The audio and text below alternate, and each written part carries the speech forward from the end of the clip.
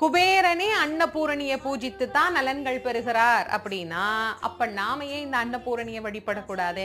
வேண்டுவோர்க்கு வேண்டிய வரங்களை வாரி வாரி வழங்கக்கூடிய தெய்வமாக விளங்குபவள் இந்த அன்னபூரணி. எளிமையான தெய்வம், ஆனா கிடைக்கின்ற அருளோ மிகப்பெரிய அருள். நம்ம வாழ்க்கையில என்னென்னைக்கும் நமக்கு வேண்டும் அப்படின்னு நினைக்கக்கூடிய உணவு நலனோடு சேர்த்து ஆரோக்கியத்தையும் அருளையும் நமக்கு வாரி வழங்கக்கூடிய வள்ளலாக விளங்குகின்ற இந்த அன்னபூரணி தாயார நாம வழிபாடு பண்ணலாம். அன்னபூரணி அதனால தான் வெறும் அக்ஷய பாத்திரத்தோட மட்டும் கிடையாது, கையில ஒரு கரண்டியோடைய அந்த அம்பாள் இருப்பாள். உணவை படைப்பவளும் அவளே, அந்த உணவை நமக்கு தருபவளும் அவளே. சமையல் அறையில தாராளமா அன்னபூரணி வச்சுக்கலாம். வச்சுக்கிறது ரொம்ப நல்லது. நம்ம வீட்டு சமையல் அறைக்குள்ள நுழைஞ்ச உடனேயே முதல்ல அன்னபூரணியை கும்பிட்டுட்டு அதுக்கப்புறமா சமையல் ஆரம்பிக்கலாம்.